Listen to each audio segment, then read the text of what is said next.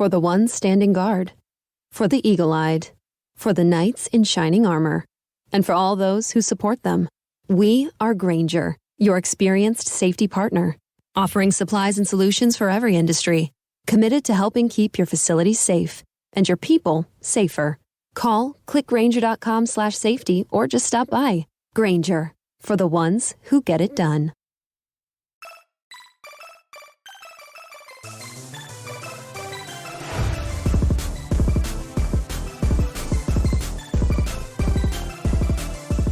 Hey guys, this is Gail Kim from Impact Wrestling, and you are listening to the 8-Bit Suplex podcast.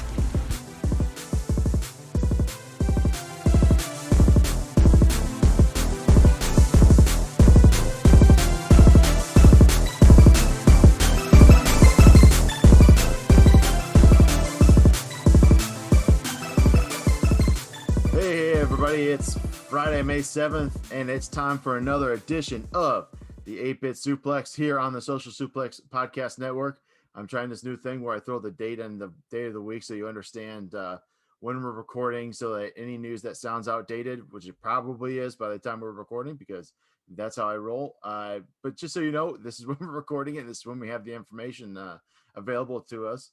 I am, of course, Josh McLaughlin. I'm joined tonight from All Things Elite, also on the Social Suplex Podcast Network, Mr. Floyd Johnson Jr. How are you doing, Floyd? Well, your Friday night delight is here, and I am doing great because I'm me and I'm awesome, so that works out.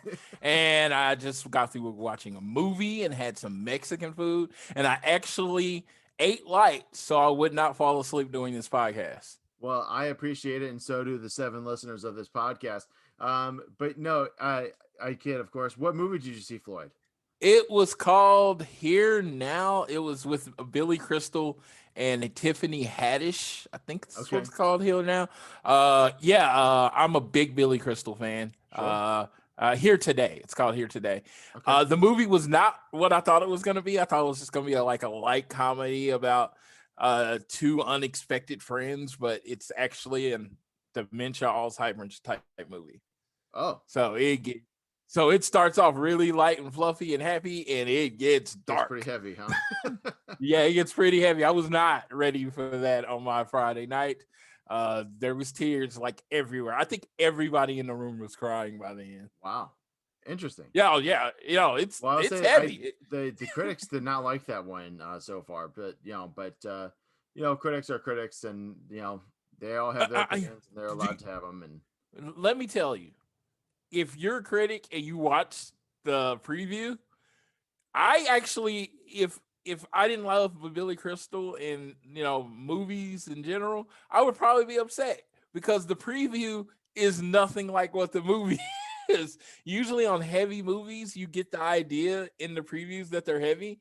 This movie came off as very light and fluffy, and then it was like punch you in the chest. It was a good movie. Okay. And I don't generally like Tiffany Haddish, but she was a lot less Tiffany Haddish. I thought she was great in the second Lego movie. Okay. I don't think I saw that. But I got kids, so that's where I operate. Yeah. She's usually a 10. I like her at about a 6, and most of this movie she was at a 6. Okay. All right. Well, there you go. Here Today, recommended by Floyd. But that we're not here. If you want to cry, if you want to cry, if you want to have a somber moment, because 2020 wasn't somber enough for the rest of us. Exactly. Right? So if I watched that movie with you, if I was to watch the movie again with someone and they didn't cry or show any emotion towards the movie, I would know at that point that they're a serial killer, and I would call the cops.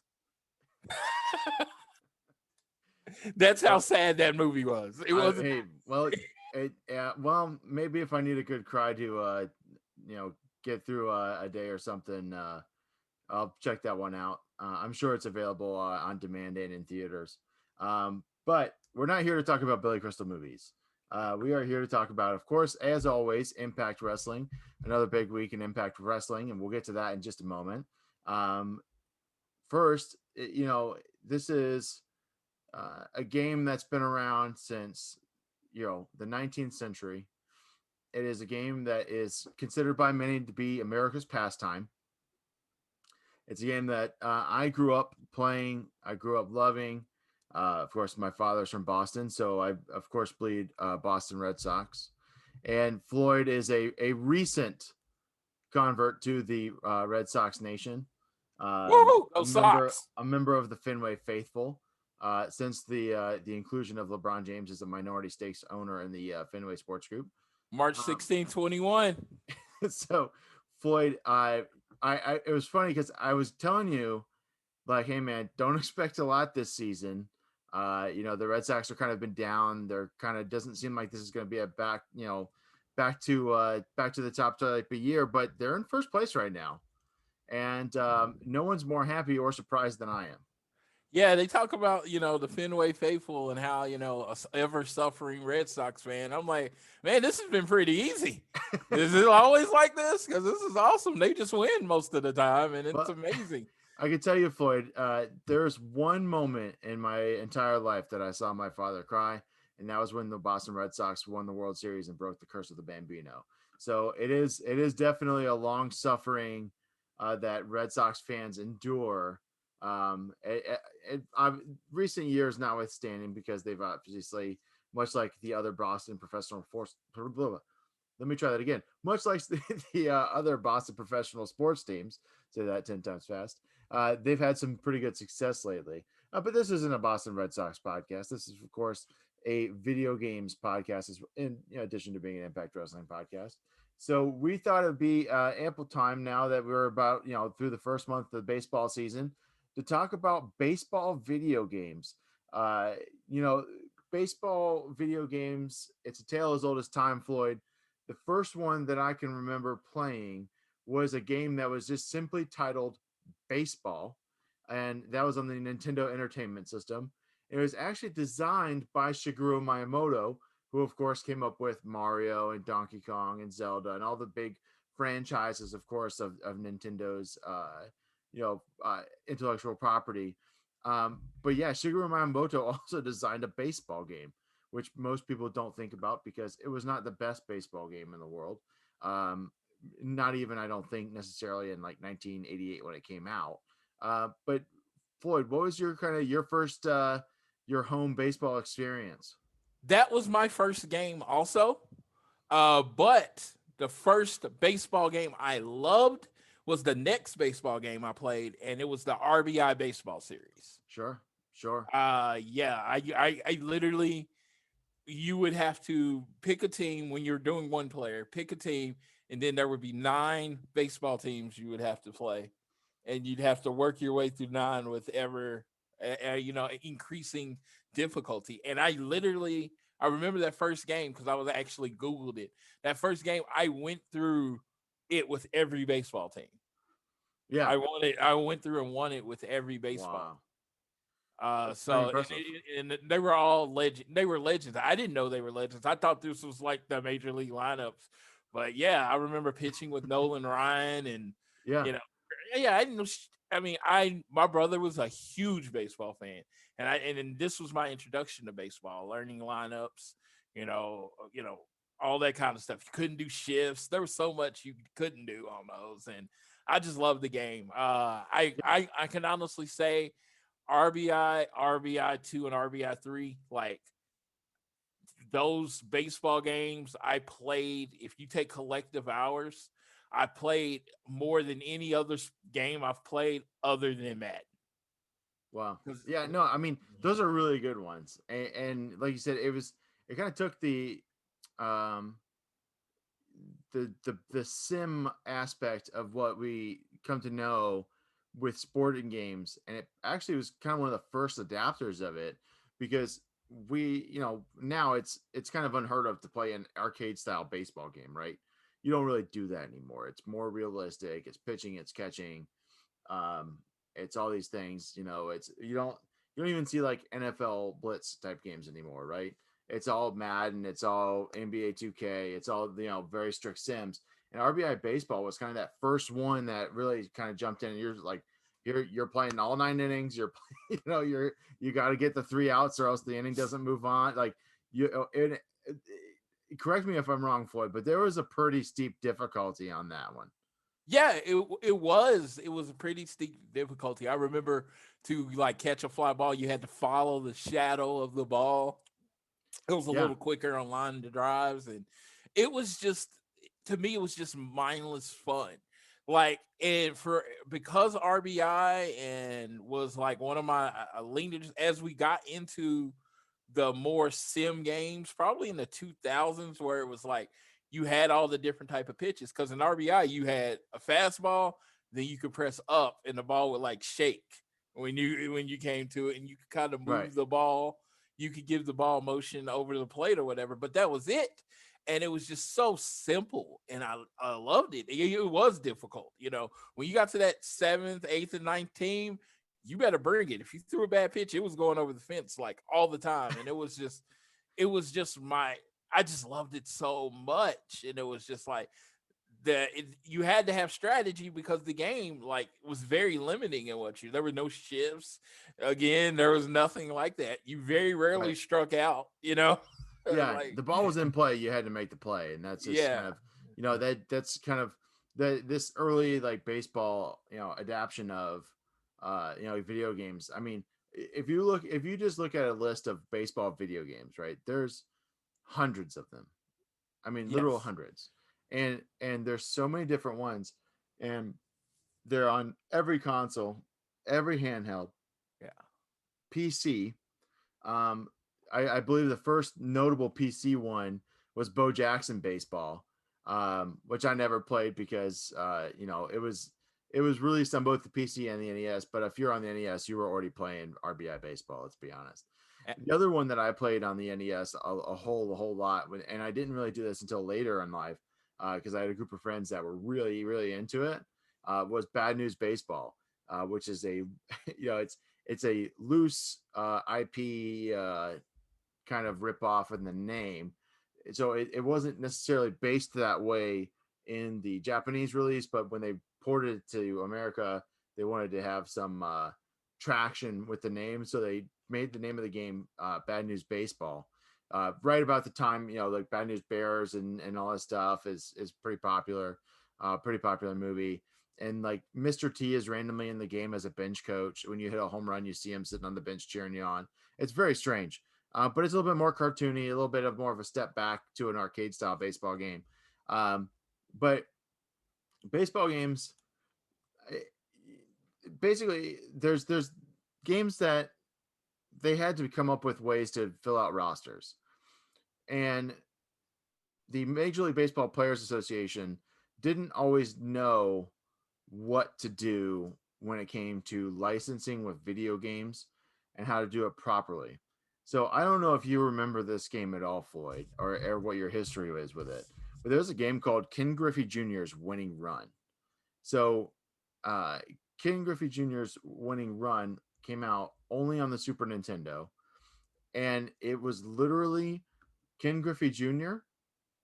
and then a bunch of made up people. There was no other Major League Baseball players in it. And I played this game. You talk about the amount of time that you spent playing RBI Baseball. This was my RBI Baseball. Like the Super Nintendo sweet spot. I played Ken Griffey Jr.'s Winning Run non-stop. Ken Griffey Jr.'s Winning Run. I think that's the game I played. And was there? No, I played the one on N64.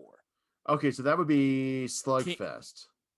No, it was just called Ken Griffey Jr. Baseball. Major League Baseball featuring Ken Griffey Jr. Okay, that's what it is. Yeah, because he also had Slugfest too. So Ken Griffey Jr. would license his name out to basically every baseball game that wanted it. Yes, and it was actually a Rockstar game. Ken Griffey Jr. Baseball.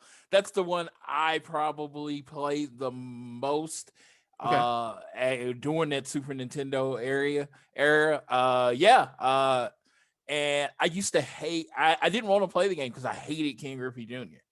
and so much. No, it's the most selfish reason. As you know, I am a Cody fan, and I'm big on like having a person that I love, and I'm a fanboy of them. Sure. In baseball, it was Barry Bonds. Okay. And I hated Ken Griffey because people said he was better than Barry Bonds. And I'm like, he's not better than Barry Bonds. Barry Bonds is the greatest baseball player ever. And that's how I was, even as a young child. That's how I was. Sure. So yeah, I was all about just spending hours playing that game, because to me at that time it was like the best baseball game. Like I played it once and I was like, okay, this is amazing. Yeah, no, it really was. And there's other notable ones like for people of my generation, we grew up with the backyard sports franchise on the personal computer. So like, backyard football, backyard baseball, etc. Backyard baseball I played a lot of.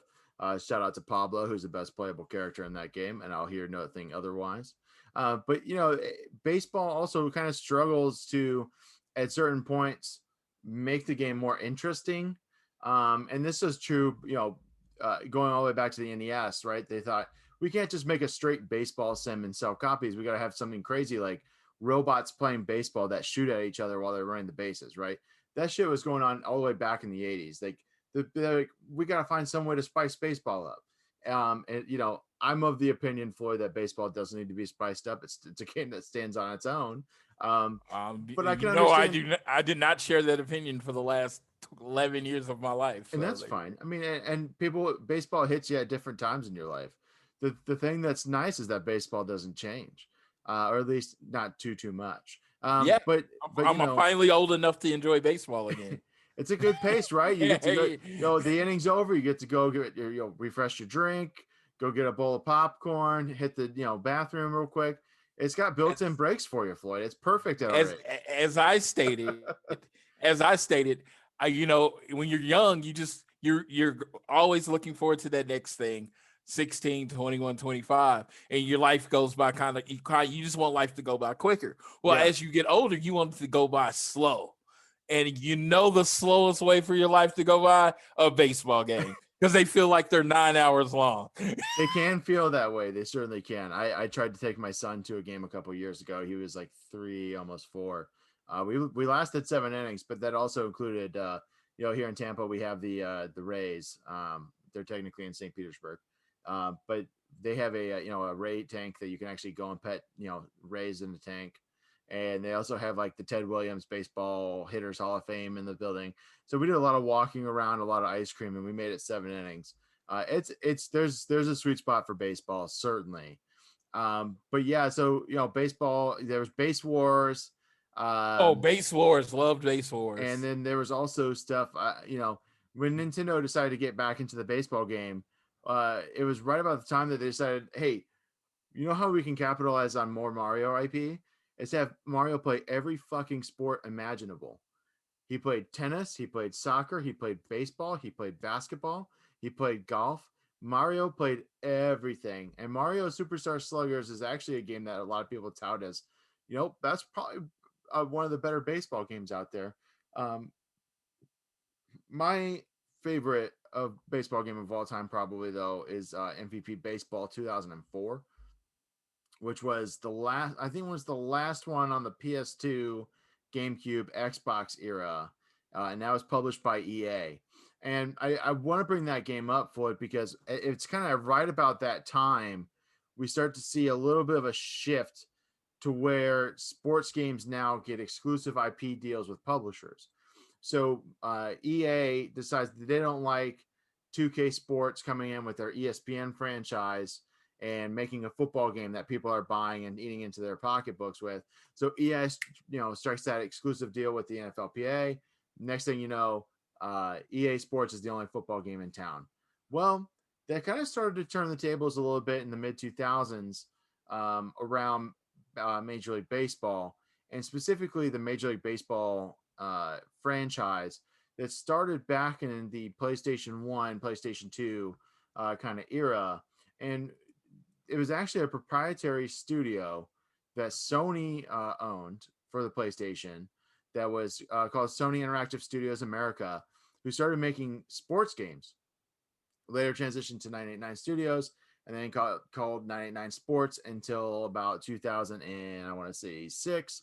They become San Diego Studios, which now is the publisher that exclusively works on MLB The Show. MLB The Show from geez, what year is it? I want to say '06 on is the exclusive Major League baseball video game. That's not to say that RBI Baseball still didn't keep releasing games, but we hit this kind of weird sweet spot where Sony, for whatever reason, decides we're going to be the baseball people. And so if you want to play baseball, if you want to play the show, you got to get it on PlayStation. This is a pretty popular move by Sony. I think it drove a lot of business their way. But then with this year, with the show 21, it's available now on Xbox. So it's kind of like an interesting. I wonder, once the dust settles, Floyd, if it makes more sense for San Diego Studio to be publishing a game for the Xbox as well as the PlayStation, or if Sony was making more money off of that exclusivity.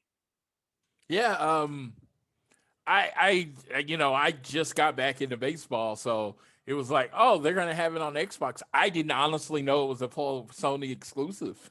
I didn't. Right. Yeah, but it's kind of cool that everybody gets to play the same game. I always feel that way with Madden and all those. And if they ever could do cross-platform where you could play, against Xbox people, yeah, it would be great because most of my friends are like, I have my core friends that are PlayStation, Sony people like me. I have a PS5. But other my friends, like when I bought my PS5, I also got an Xbox Series X for a friend of mine, and everybody's like, "How'd you get both?" And I was like, "Well, how was the Xbox?" I was like, "I don't play Xbox. I gave that away." And they're like, "What?" And I was like, "No, I don't play that. The controller's weird." Yeah, but with that, I just love the idea that we can all play the same game, get the same timing down, and everything. Yeah, no, it's super cool, and I will say they have the technology to do as much cross-platform as they want to. It's just they don't want to. There's a big lawsuit going on right now with Epic Games, who of course does Fortnite, about the cross-platform. There's lawsuits. There's a lawsuit between Apple and Epic Games going on right now. So a lot of this weird kind of internal documentation at video game companies is being revealed. I'm not going to get into that today. That's not a topic for today. That's its own show topic, Floyd. Yeah, I was gonna say that's all over my head. Yeah. Like, so what? but I do, just if you Google the Epic Games versus Apple lawsuit, there's some really fascinating things, like video game companies and console companies doing like internal reviews of other companies' games. One of the big things was like Xbox internally reviewed The Last of Us Part 2, which of course is published by Naughty Dog, and is a PlayStation exclusive. And Xbox absolutely loves the game, right? That's all their internal documents that are part of the discovery form of this, part of this lawsuit. It's very interesting to just kind of see. Video games for the longest time have been some of the most secretive companies. So it's interesting to read some of those internal thoughts and memos. But yeah, so I mean, that's to say, baseball games, they've been around forever. They're going to keep being around. Definitely check out some of the classics that we mentioned. Check out, if you want to play something more cartoony, I definitely recommend picking up those Mario games. Those are a lot of fun too. Oh yeah. And then, pick up the show. Pick up the I'll show. Definitely pick up the show. You get a hard recommend for me on the show. I'm 60 games in to my first season on my first baseball game in over 10 years. I had never played any version of the show, and I can tell you it takes a minute. It's frustrating that first 30 games. It's pretty frustrating. But once you get timing down, guessing pitches, timing is the bitch. Like I couldn't hit a changeup in the first 30 games. It was just too slow. I would get there super early and pop it up or strike out. And it's just like now, like I'm now starting to get it. It's so fun. And don't be afraid to play on a lower level as you're trying to get used to it, especially if you haven't played a baseball game in a very long time. I know everybody likes, like, I'm a Madden player, just turn it all the way up to all Madden and let's go. No, I wouldn't do that on this baseball because you're pretty much going to strike out every time if you. Yeah, and I'll say too, like it doesn't really matter. Like you're playing by yourself, have no shame with yourself. Nobody's watching. Play on the easy mode. Who cares? Yeah, learn how to. I mean, for me, learning how to play the game. The fielding is completely different from any game that I ever know. The fact that you have to hold the button until it gets into the green to stop yourself from having throwing areas. I had never done anything like this. This is such. It was like going from. It's like going from like playing checkers to playing like 3D. Tower chess or something like that. It was like, this is like, whoa, I don't know what to do with all this stuff. There's too many buttons for everything. I still don't have base running now. I don't know how to make one guy go and one guy stay. I get thrown out like every day. I get picked off. I'm like, you're going Hey, to be, I promise you, you're going to be terrible at it at first. Just stick with it. yeah, no, it's a fun game series. I've played for a few years. I haven't picked up this year's yet. It's on the list to get. I have a couple other things. I just today Resident Evil Village just released. I have that downloaded, ready to go. Once we get done with this, turn off all the lights and scare myself to death. So I'm Yeah, ready for it. I've seen Resident Evil movies, never played a Resident Evil game. Well, I can recommend a few of them. I won't get into. That's probably a topic for another time, also. But definitely, I'm excited to play that one. Yeah, But talking games with you is so educational because I'm not a person. It's like I work in IT and I get this a lot. There's a lot of people that use computers but don't know how they work. You sure, know, that's me when it comes to video games. I just play video games. I don't know how they work. It's like 64-bit was the last time I talked about graphics. right. Other than that, it's just okay. This is better than the last one. Let's go. Yeah, now you're looking at system specs and wondering what a T flop is, right? So I mean, Yeah. it used to I mean, you used to a base lot this thing of off of how many colors it could produce, Floyd, not how many T flops. Yeah, but and it's funny because a lot of the language, I mean, Yeah, appeal they're computers. PS5 They're or basically it's computers for computers. an OS. Yeah, I completely understand it. It's just I don't care. I mean, is it playable? Is it fun? Can I get lost in it? Because that's what me video games was escapism. I don't want to overthink when it comes to video game. That's why I didn't like MLB at show at first because so much thinking goes into playing the yeah. game. Eventually, that stuff gets second nature, though. And And it I'm really glad. has. I'm only I'm glad 60 you're games enjoying in. it. I'm glad you're enjoying it. Yeah, I'm only 60 games in, and a lot of it's second nature now. But we can move on to the next subject, sir. Yeah, no, we are, and actually, this is going to be a new segment that we're going to try out here, Floyd. You're the first one to do it, here on the show, and it works out pretty nice. This is what we're going to call Omega Watch. Maybe I enter in the sound there in post. Maybe I don't because I'm lazy. But yeah, Omega Watch. Basically, what it's going to be is anytime Kenny Omega does something outside of Impact, we're still going to talk about it because he is our Impact World Champion right now. So Kenny Omega was on this week's episode of Dynamite.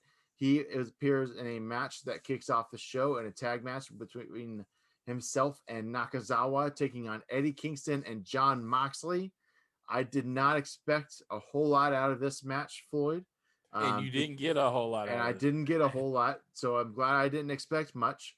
And that's not because of three of those four guys, but it always turns a little bit goofy when Nakazawa is involved. And he's a nice, lighthearted feel to the show, especially since it was the Blood and Guts episode of Dynamite. So it probably needed a little bit of a lightheartedness to it that Nakazawa is pretty good at delivering. But we won't spend too much time on it. But Omega does kind of leave Nakazawa out to dry. Kingston and Moxley get the kind of clothesline side by side finisher going. And so Moxley and Kingston get the win. And then later in the night, Kenny Omega shows up and does a little bit of a promo outside of the cage. A little bit of a promo. This was the world's longest promo. It drags on so much. And I think Kenny a couple of times forgets what he's gonna say. There's one time he just like stops and like looks at Shivani right in the face as not to bury the lead. Next week's Dynamite, I think it is, Floyd. Correct me if I'm wrong. It's going to be Pac versus Orange Cassidy for the #1 contenders match to challenge Kenny Omega for the AEW World Championship. And so he's talking all kinds of shit about Orange Cassidy. Orange Cassidy comes out And Kenny really struggles to say anything negative to Orange Cassidy. I assume it's because OC's just staring him down with his shades on. But yeah, this thing just dragged on. Yeah. Kenny Omega is amazing at a lot of things. When it comes in between those ropes, one of the best performers in the world. Whether it's OC or Pac, whenever they get to Double or Nothing, that match is going to be a classic. Yeah. But yeah, he does not do the promo so well. And no, that's why I think he's really benefited from Don Callis being around a lot during this. And exactly. And I was like, I don't know if Don was busy, so he couldn't be there. I was just like, Don Callis should be running down Orange Cassidy because Don Callis is really, really good at running down people. He is. I am a very highly confident, almost egotistical person, but I think Don Callis could make me cry. I truly do. I think he can break me. Yeah, I think he can break me down. So good. Yeah, I'm willing to bet on it. So he's very good at that. And it just seemed like it was at this point where you see how the Don Callis and Kenny Omega act together is amazing because Don Callis is the strength. He is as good as talking as Kenny Omega is at wrestling. Agreed, 120%. Now what's interesting is that this little promo did spark some minor internet neckbeard argument because the TNA Heavyweight Championship and the Impact World Championship, they make their appearance on TNT, but Nakazawa is the one holding them. And of course, our good friend, and I use that term very, very loosely, Bully Ray is all over Twitter talking about how Impact should be furious that Nakazawa is holding the belts and not Kenny. I didn't even think about it. I still don't have any thoughts about it. I don't think it matters. I think if you have a second guy to help carry all your belts, it just emphasizes that you're collecting belts and that you're the guy. That's kind of how I approach it. My whole thing with Bully Ray is he's a fossil, and it's funny because he's arguing against heat, right? Correct. Kenny Omega is a universally loved wrestler, so he has to try a little harder to make people hate him, right? Right. Having Nakazawa carry the Impact title and TNA title pissed Bully Ray off. So isn't Omega effectively doing his job? Yeah, what's funny is you bring up a good point that Bully Ray of all people should understand what heat is, right? Like, the man gave a power bomb to Mae Young. I mean, what are we talking about here, right? Yeah, he's treating the belt like it doesn't matter. He's treating the belt like it doesn't matter, which is going to piss Impact and TNA fans off. He's a heel. That's his job. He's getting the heat. And as someone that enjoys Impact and watches Impact, it didn't bother me to see Nakazawa holding it. I understood what was going on. So, don't work yourselves, boys and girls. Yeah, that's how they say. He worked himself into a shoot there because it was just like, of course, Kenny Omega has acted like the Impact title and TNA title hasn't mean a thing to him for months. It was just another trophy that he was going to win. That's exactly how he's treated the belt. So why would he treat it any more important after he wins it? Yeah, no, it wouldn't make any sense. And it's a point too that he showed up again on Impact this week and did not have the belts, any of them. So he just is kind of walking around without belts, just because he's kind of seemed to play up that doesn't care kind of thing. But speaking of Impact, let's get into the Impact from last night, May 6th. We got quite a few announcements, quite a few matches going on. Some good stuff here. The show, of course, kicks off with Chris Sabin of the Motor City Machine Guns / Beer Guns / Gun Money, whatever you want to call them, as he's been teaming with James Storm. Chris Sabin takes on Rhino in a number 1 contenders qualifying match. It was actually a pretty good match out of Rhino. I don't expect much out of him anymore these days, but I thought it was pretty good. It booked pretty well. Rhino looks pretty strong at the end of it because he loses because of a kind of surprise roll up from Chris Sabin. And Chris Sabin finds himself in the number 1 contenders match at Under Siege. I gotta say, I don't remember the last time. It might have happened more recent than I thought, but nothing that sticks in my head the last time I saw somebody win with a La Mistral Cradle. It was. Yeah, I couldn't either. I was like, I was like, when he won, like that, I was like, what? It's a false finish, It's supposed to look like you're gonna beat him, and then the other person kicks out. But Rhino actually got pinned by one. And the thing about Rhino is he never did anything super big anyway. He was a power wrestler, so Right. it's just like he's pretty much wrestles the same style as he did.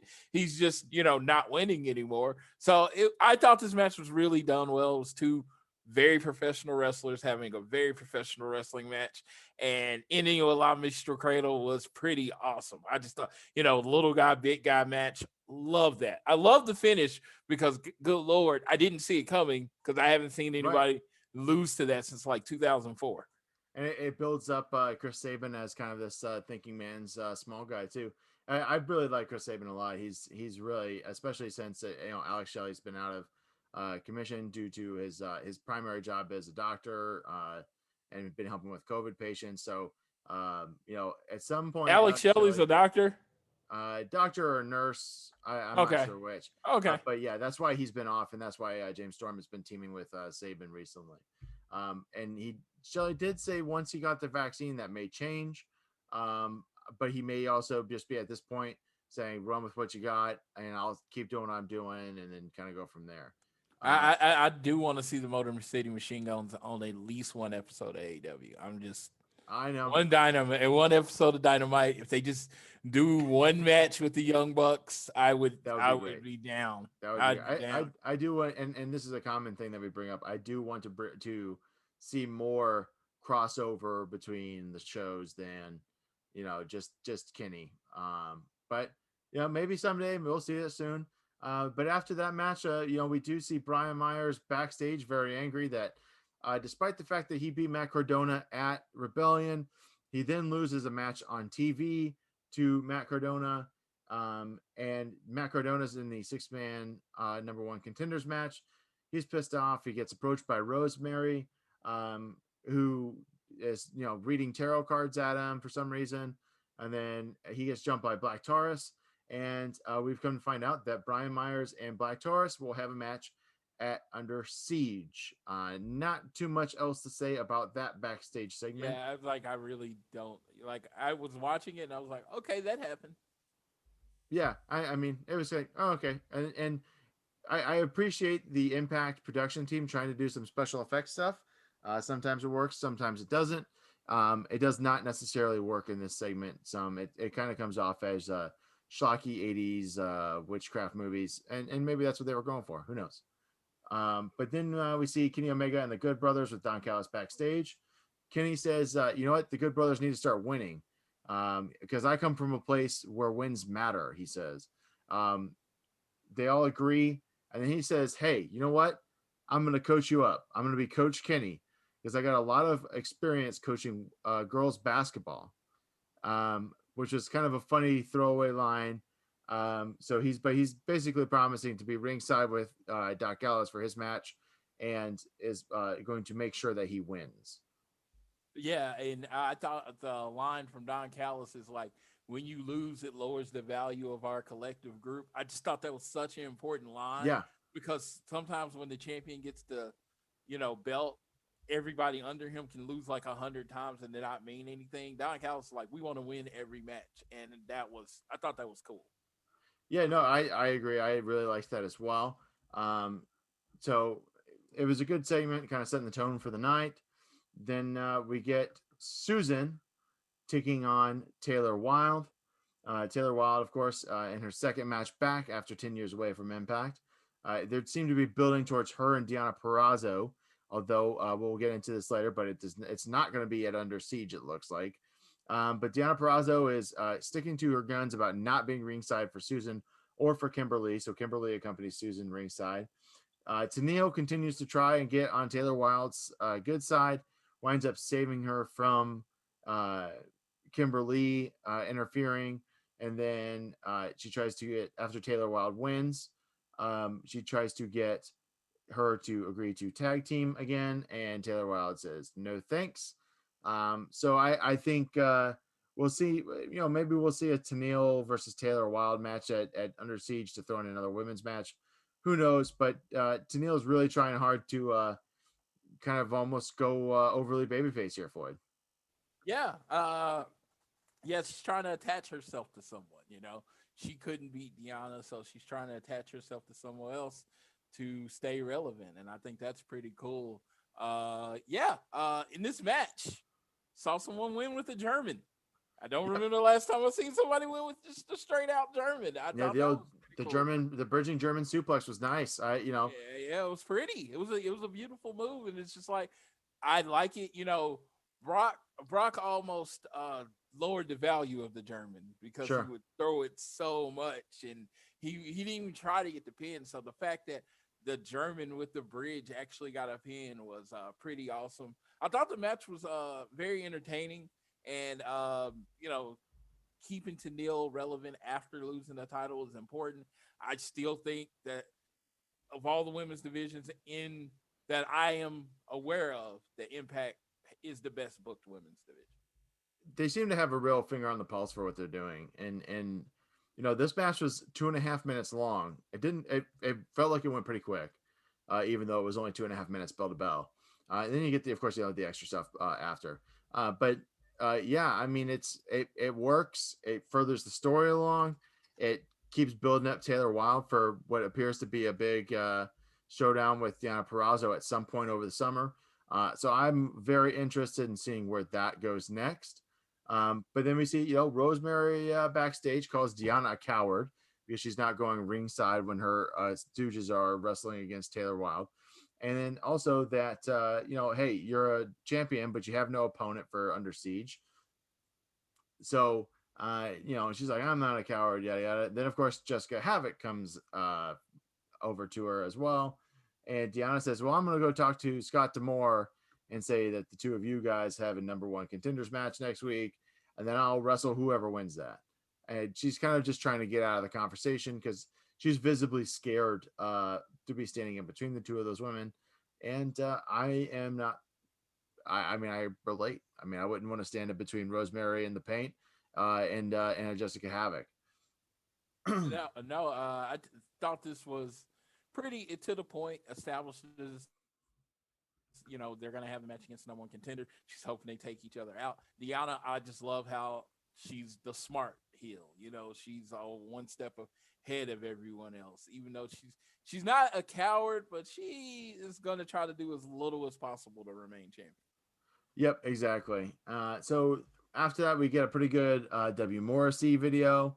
I thought that was brilliant. It's probably one of the best produced vignettes that I've seen out of Impact recently. Dude, and I've it makes me feel for him. Star. Yeah, I always thought he was a star. I really did. And I know the test comparisons and all that stuff, but he always seemed to want it. Yeah. He always seemed to want it, even when he was struggling with things. He wanted it, and I thought, I think that's very important in wrestling to just show you want it. And it's just like he looks like a completely different guy. I mean, I know he's Big Cass, but this character is not Big Cass. No, not at all. No. This character is not the bully of midgets. This guy is just angry, and he feels like he was just pushed away, and he's coming back with a vengeance. I like this version of him. I do too. I'm excited to see his now announced match with Willie Mack at Under Siege. Next up, we have friend of the podcast, the ravishing Rohit Raju, taking on Trey Miguel in a number one contenders match.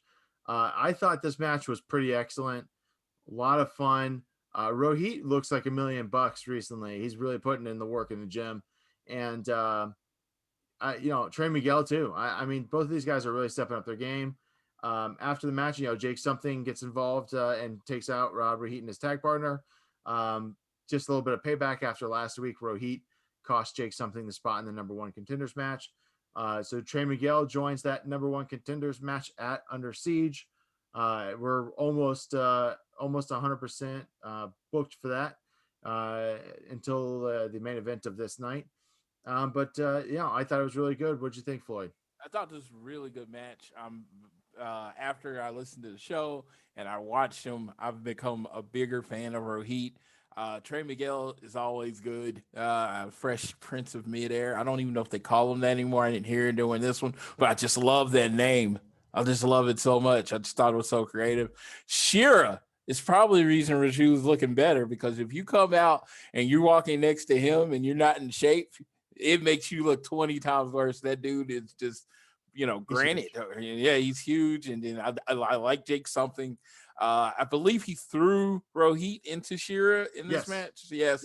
If I didn't remember know if I remembered the spot. I was kind of watching it back before this, but I thought that was pretty funny. But yeah, Trey Miguel's in there. Oh man, Trey Miguel versus Kenny Omega. See, it's very few people that you can say versus Kenny Omega, and I'm not immediately excited about the match, but I'm kind of especially excited if he does someone that has not really gotten the mainstream appeal, someone like Trey Miguel versus Kenny Omega. I think they would tear the house down.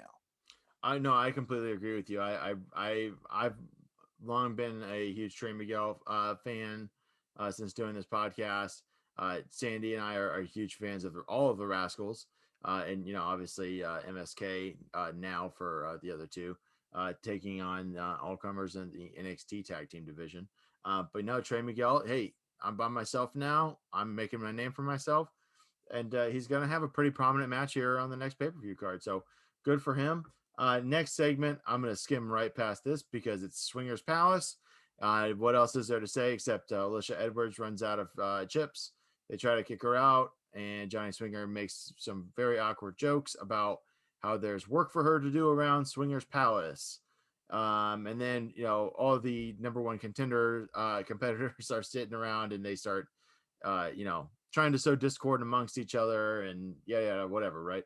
So I saw this in your notes earlier.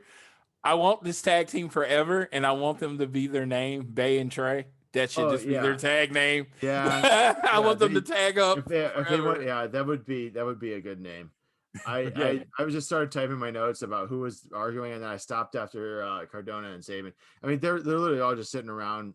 I don't know, playing roulette or something. I don't know. It's Swingers Palace. It's one of those throwaway segments that is just kind of there to break up the action and maybe set forth the next thing, right? But then we get into the first preview match for Under Siege, kind of, which is, of course, Doc Gallows taking on Juice Robinson. Pretty good match. Doc Gallows, I thought, actually looked really good here. I don't know what it is. I maybe it's because Impact uses a little bit smaller ring. But I feel like Doc Gallows is kind of having a career resurgence here in the ring, Floyd. Yeah, he is. I when I saw him, I was like, it does look like he's just having fun and energized and just back to. I mean, if I had to put words just based on how it looks, back to loving wrestling and putting things together. And it just looks like he's just having fun and enjoying himself again. And people don't realize how much that can affect a person's performance where they seem down. If you're not doing stuff you care about, you're probably going to look down. And he's actually involved in storylines, being used in a way that matters. And he's wrestling somebody he's familiar with in Juice Robinson. Yeah, and Juice is Juice. I mean, he's a solid worker in the ring. I can't say enough about the work that he does. After the match, of course, they start to beat up Juice Robinson. Finley gets in. He gets beat up. Eddie Edwards comes out. He, of course, because the other two have already been beat up, he's beaten up pretty easily. It's the old tried and true wrestling thing, right? One by one, the baby faces come and get destroyed. Since I like Boston now, I gotta like Eddie Edwards, right? That's of course. Those two things go together now. Okay.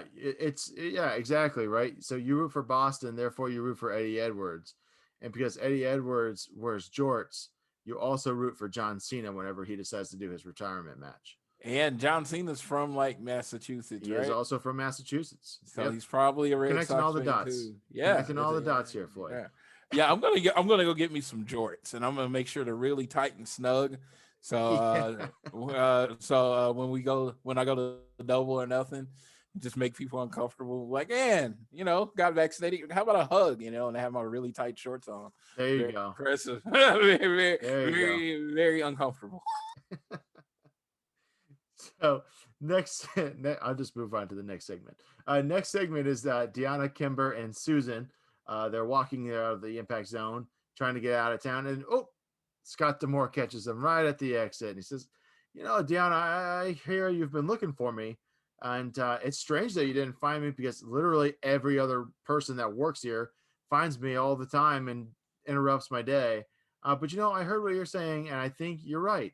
There should be a number one contenders match next week, and the winner will face you at Under Siege. So Havoc and Rosemary get their match booked. That should be a fun one. And of course, Deanna is pretty upset about it. But this next match was the match that I was waiting for, Floyd, because it is between VSK, who is the champion at Brian Myers Wrestling School right now for a little bit of that inside baseball, taking on the debuting from New Japan Pro Wrestling, the biggest asshole in wrestling as far as kayfabe goes, because he wrestles like a complete asshole, and that's Mr. El Phantasmo. I love this match. I thought it was a perfect blend of letting VSK get some good work in against a quality opponent. He showed a lot of really good offense, and he took some great bumps after El Phantasmo did what El Phantasmo does best. Of course, the groin stomp in the corner, the back rakes, every piece of asshole work that El Phantasmo has, he pulled it out. I'm interested to see what El Phantasmo does. He is a part of a X Division scramble match next week to determine the number one contender for the X Division title. So we'll see. We'll see if Impact pulls the trigger on making another New Japan act a champion in their company. But what'd you think of this match here, Floyd?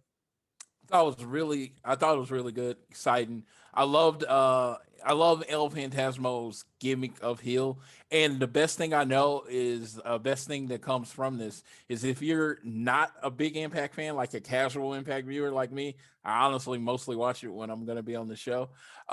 You understood who El Phantasmo was after this match. He's a dick. He is Yes. and like you got it very clearly.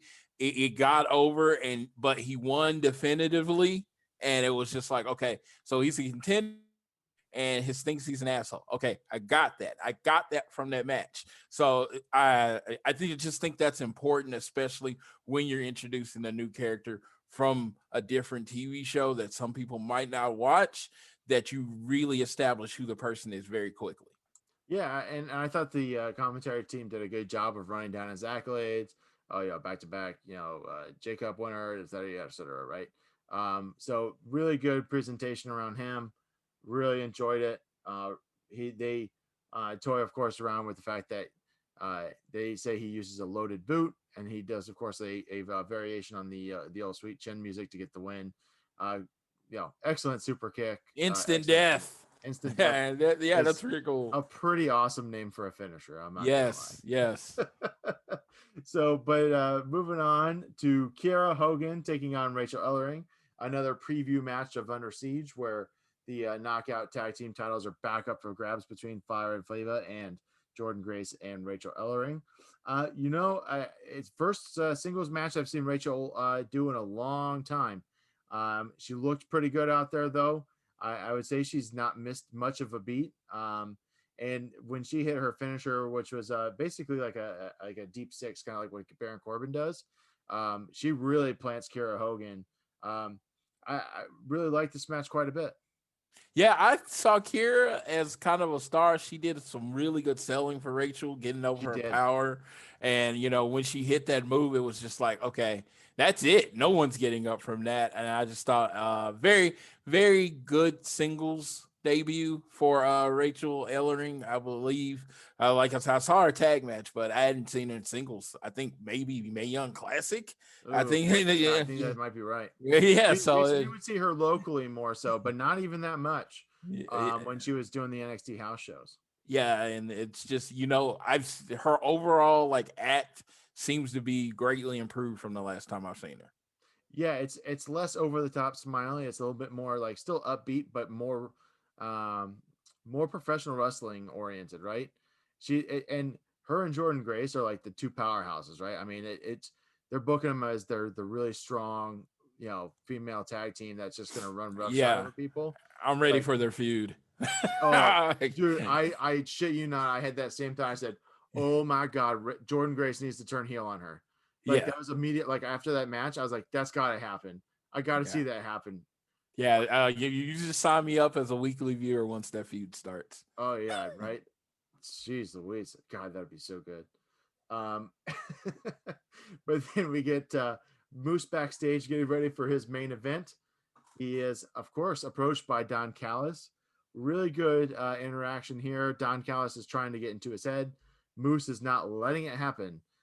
He's trying to stay focused on him, but Moose is pretty confident that Don Callis does not want to see Moose as the opponent for Kenny Omega, which, of course, is the exact opposite of what everyone else wants to see.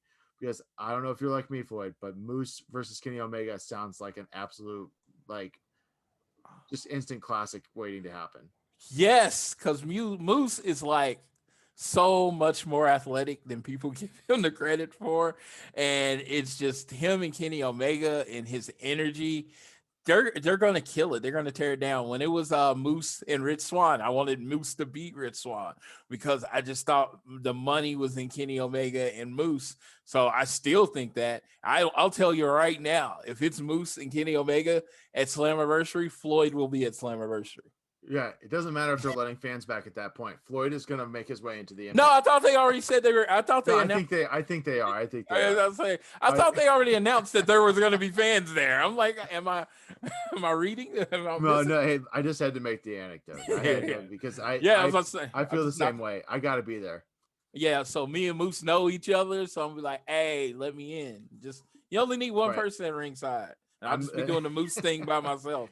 I'll just I'll shoot a message over to friend of the show, Rohit Rashi, to see what he can hook us up with. But no, in all seriousness, that would be. I mean, I don't know that it's going to be Moose for the next one, but it really feels like it should be. And of course, Moose is on Twitter saying that his contract is up in June, so we're kind of we'll see what happens, right? Moose was the first ever pro wrestling T-shirt I bought. I might have said that the last time I was on here, but he was the first ever pro wrestling T-shirt that I bought. That's how long I've been a fan of him, and it's just, I mean, I'm hoping. I mean, his time is not coming to an end because I don't. If he goes anywhere else, I don't know how he will be treated. Well, if he goes where, where he wants to be, I don't think he'll be treated the way I need him to be treated. Right. But the fact that he hasn't been Impact champion, really Impact champion, it's like something that bothers me. I stay up at night thinking about Moose not being the Impact champion. Yeah, no, it's certainly, and the thing is too with Moose is I don't know, and we'll talk about his match here with James Storm in a minute, which was, I thought, a really, really good fun match as well. Moose is such a talented wrestler. He's so athletic. He's cutting better promos every rep he gets. And I feel like, there's a place he can go and be another big hoss and mix it up with the big hosses that are there up in Jacksonville. And then there's a place in Connecticut that he can go to and be lost in the shuffle. And he is an argument for every 21 to 25-year-old that gets offered a contract to the E. He's an argument why you shouldn't go. He's so much better than when I first saw him wrestle. He has had time to grow, and as far as his work, his physique, his ability to talk, I've seen that grow. And now when he goes there, I mean, they're not going to be able to deny what he has made of himself. I would say, if you talk about the old Bret Hart scale, right, and how they look, right, the wrestler look, Moose is a 10. Absolutely, I mean, he just is. If you think of in your mind pro wrestler and you put together a picture in your mind of what a pro wrestler looks like, it looks like Moose, right? I mean, so I think I don't know that he's the one that's going to take it off of Kenny, but the man deserves to be a shot to be a champion somewhere. Absolutely. He's so talented. He's so talented, and he's so athletic. I'm looking forward to him versus Kenny Omega, man. It's just just so money. I'm so excited right now. God, I just hope that they do it. I just do. And no offense to the other five guys in the match, and we did kind of bury the lead a little bit there. That Moose does beat James Storm in the main event of this week's Impact.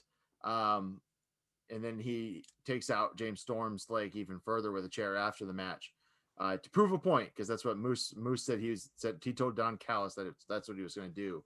He's going to go out there and prove a point. But yeah, no, I mean, so we're moving right along here. That was a great main event. Definitely go check it out. It was one of the longer matches on Impact TV in a while. Bell to bell, that thing goes 17 minutes 15 seconds. And it didn't feel that way to me, Floyd. I felt like it was longer, but I didn't feel like it was a 17-minute match. It did not at all. It was a great match. One of the best. I mean, and these are two veterans, right? I mean, these guys have wrestled. James Storm has wrestled like more matches in Impact than anybody, right? So it's really good. Go check it out. But with Moose's victory, that sets up the 6-man number 1 contenders match. We won't do a full Under Siege preview until next week, just because there's probably going to be a couple more things changed, a couple things, flipped here and there. But we do have the 6-man number 1 contenders match set. It is Chris Sabin versus Trey Miguel versus Moose versus Sami Callihan versus Chris Bay versus Matt Cardona. I think we're both on the Moose train on this one. Oh, absolutely. I could make an argument for all the people in this match. Chris Bay seems to be somebody that they're getting behind towards the future. Trey Miguel, that would be athletic. But if they only have till June to get this done, it has to be Moose. Yeah, I don't see it. And we'll do an in-depth breakdown next week. But while I have you here, I figured, as these things pertain to Kenny Omega, I'll make sure that, as the all things elite expert here, that we talk about some of these things. The other match, him getting a Moose up in a One-Wing Angel would be something to see. It would be. I think he can do it. The dude is just a huge man.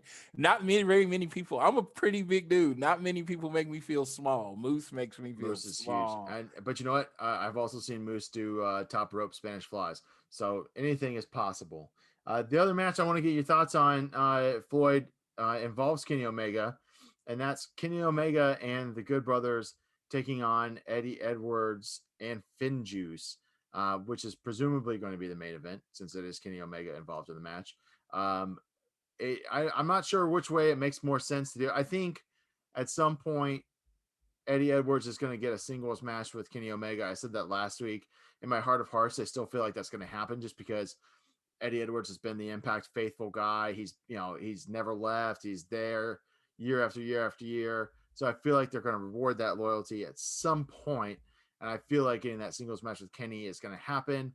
Not a Slammiversary match, but perhaps the next Impact special. So I don't know if you set that up by having Eddie, pick up a win here, or if you have him get pinned by Kenny. I don't know how you get to that, but I'm interested in your thoughts here, Floyd, on these guys here in the 6-man tag match. So it's Bullet Club versus, I guess, the main unit and other unit in New Japan, where everybody just goes. It's called Huntai or something like that.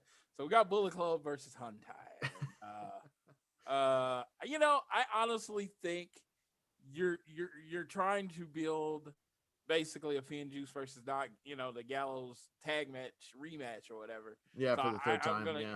So I almost have to assume that Machine Gun or Gallows is going to pin Juice, not Juice, Finn. And I think that's how it's going to go. But, I mean, if you want to make it interesting, Eddie Edwards pins Kenny Omega. Yeah, I think that definitely sets up. So the next event that Impact has after Under Siege is Against All Odds, which is June 12th, which almost, of course, has a similar theme to the AEW pay-per-view naming convention. So it'll be interesting to see what they set up, because obviously I think Kenny's going to wrestle at that too. I don't know if it's going to be a singles. I hope it's a singles match again. And then Slammiversary, of course, in July, which feels like it'll be Moose versus Kenny.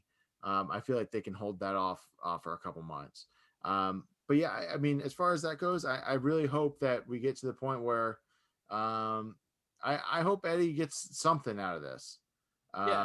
Yeah, absolutely. Because he deserves it. He really does. And you need to elevate someone on the actual Impact roster. I mean, that it's very important. Is if you're eventually going to have somebody beat Kenny, you got to make sure somebody's ready to do that. Oh yeah, absolutely, absolutely. And again, Eddie's not young. He's not like the up and coming guy, but he definitely deserves to get a match with Kenny. But he is Impact. You know what I mean? He's like one of the guys. I mean, I know he came from ROH, but at this point, he's an Impact guy. And he's through and through. He spent some time in Japan. He spent some time elsewhere, but he is like the Impact guy. He's like synonymous with Impact the way that Tommy Dreamer's become synonymous with Impact, right? Yeah, and Tommy Dreamer passed the jorts and kendo stick on to him. So there you go. He did kind of, and of course, Tommy Dreamer, who has private messaged me on Twitter. I do want to wish a continued recovery to him. He did have he did come out and say that he had a pretty bad battle with COVID. So I hope he's continuing to recover. That's why he's not been on TV. But absolutely speedy recovery to him. And if Raven couldn't take him out, COVID can't. No, I think he's past the worries of that, but just the long-term effects, especially the pains that he's put his body through. I can't imagine. He doesn't breathe well in his normal everyday state, I'm sure. So after a post-COVID, Tommy Dreamer probably might have some struggles there, but we hope him the best. I mentioned this earlier, Floyd, and I do want to kind of go off the air talking about which is probably going to be, in my opinion, the match of the night for next week's Impact. We don't normally do Impact preview for the week-to-week show, just because a lot of these things get announced through the week and it doesn't necessarily match up with our recording.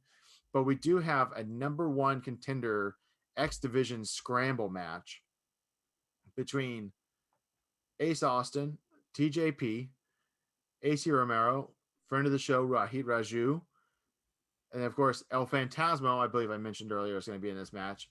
But then this one kind of shocked me. It surprised me. I mean, he's been back in recent times, but Petey Williams is on this match. So that'll be interesting to see kind of how that goes. This feels like it's tailor-made, though, for ELP to come in and get an X Division title shot. See, and what I think is they might do one of the other guys. So Josh Alexander has, another win and maybe hold ELP off until the next show. Big show. No, I could see that. Because it's just like, I mean, ELP is on loan from New Japan. He is, bringing something to the group. I just don't think you want to just hot shot him in there really quick. I know they did it with Finn Juice, and that's kind of their thing. But personally, I would probably wait a show. But they might do it with. I think the match is still going to be good. I mean, it's going to be good. Alexander's excellent, and El Phantasmo, as much as he's a dick in every match, it works in how he story tells. I love it. I love that. So, and if you're thinking about Josh Alexander being the walking weapon, the perfect person, who would be throwing him off his game? Someone that cheats and just doesn't care about the rules whatsoever. And is more of an asshole than he is. Yeah. But yeah, no, I just wanted to get your thoughts on that because I think that's a really fun match, and I think it's going to be pretty cool. And I like all those guys in there. And you know what? I'll put 5 on it that we'll see Petey Williams do a Canadian Destroyer. Yeah, definitely. So, but that wraps us up for our Impact Wrestling coverage. We talked baseball. We talked Impact. I really had a lot of fun having you back here, Floyd. We really should do this more often. But before you get out of here, Floyd, why don't you throw down some plugs? Where can they find you? Where can they find the show? Okay, find the show, which is what I would prefer you follow, at AT Elite Pod on Twitter. But my personal is at Floyd Johnson Jr. If it'll be under 3% Scottish, and it will be me, my face. But the thing about it is, I post a lot about football and random things like how we should talk about taking good poos. I think we should normalize talking about taking a good poo. As someone that struggles with IBS, Floyd, I agree with you. Yeah, it's just like when you take a good one, you should be able to tell your friends, like, man, I'm feeling really light right now. But, people look at you funny because, you're not supposed to talk about it. But I'm like, Man, pooling is great. No, but seriously, to all, check out All Things Elite. A new episode just dropped today, May 7th. So when you listen to this, you can check it out. I go on several rants an episode, and I love Cody. It's just that simple. Yeah, if there's a way to sum up the show, it's Floyd Loves Cody. No, I kid, of course. But yeah, definitely check out 8-Bit Suplex. We're on Twitter at 8-Bit Suplex. Make sure that you follow, rate, and review. I don't think we say subscribe anymore because I think Apple got rid of that terminology. I think it's just follow now. So make sure you follow, rate, and review 8-Bit Suplex, as well as the Social Suplex Podcast Network and all of our individual shows on there, like Floyd Show, All Things Elite, of course, the Ricky and Clive Wrestling Show, One Nation Radio, Keeping It Strong Style, Grave Consequences. I don't think Great Match Generator. I don't think I'm leaving anybody else out. Definitely go to prowrestlingtees.com/social suplex. You can pick up our show's t-shirt there. If you're getting ready for the summer and you're thinking wrestling t-shirts are pretty warm because they're all black, the 8-Bit Suplex shirt is available in white, as is the Social Suplex Podcast Network's new design, the Olds on Top, which of course is in reference to veteran wrestlers always getting booked to be on top. And find me at Laughlin_Joshua. Find Sandy at Sailor Zelda. We hope to have Sandy back in the next week as we preview Under Siege. But yeah, until next time, ladies and germs, have a great, safe weekend. Make sure you're still social distancing, getting your vaccines, wearing your mask where applicable, and take care of each other. We'll see you next time on the 8-Bit Suplex. Thank you for listening to the 8-Bit Suplex Podcast. See you next time. For National Nurses Week, Fortis is honoring the millions of nursing professionals in our community, caring for loved ones. More so today, the need for nurses is vital, and Fortis College and Institutes recruits people like you to train to become a nurse. Do you want to be a nurse? Start your essential career in nursing with a Fortis education. Just visit fortis.edu to learn about hybrid instruction and online enrollment. Then talk to Fortis by dialing pound 250, keyword nursing school. For the ones finding new ways to ensure the job always gets done. For the ones wearing many hats. For the ones who are hands-on, even from far away. And the ones keeping business moving forward. We are Grainger, offering supplies and solutions for every industry, with 24/7 support and experienced staff at over 250 local branches. Call, click Grainger.com, or just stop by. Grainger, for the ones who get it done.